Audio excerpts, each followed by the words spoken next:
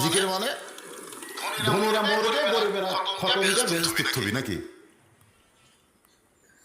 আপনার এলাকার বড় নেতা মরলে ওর গোষ্ঠীর মধ্যে কোরআন পড়ার লোক আছে, তখন এই মাদ্রাসায় এসে হুজুর কি সুন্দর সুর, আমার বাপ মরছে হুজুর, আপনি গ্রুপ করলে আসেন।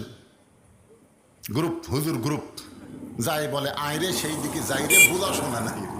এখন কে ডাকলো ওদিকে হুজুরের খেয়াল নেই।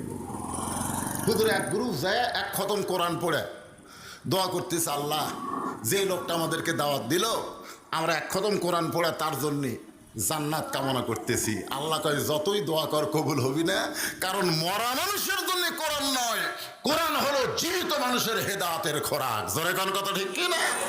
কারণ হুদাল্লিল মুত্তাকিন, সবার জন্য কোরআন না বাজান। মরে গেছে সারা জীবন কোরআনের বিরুদ্ধে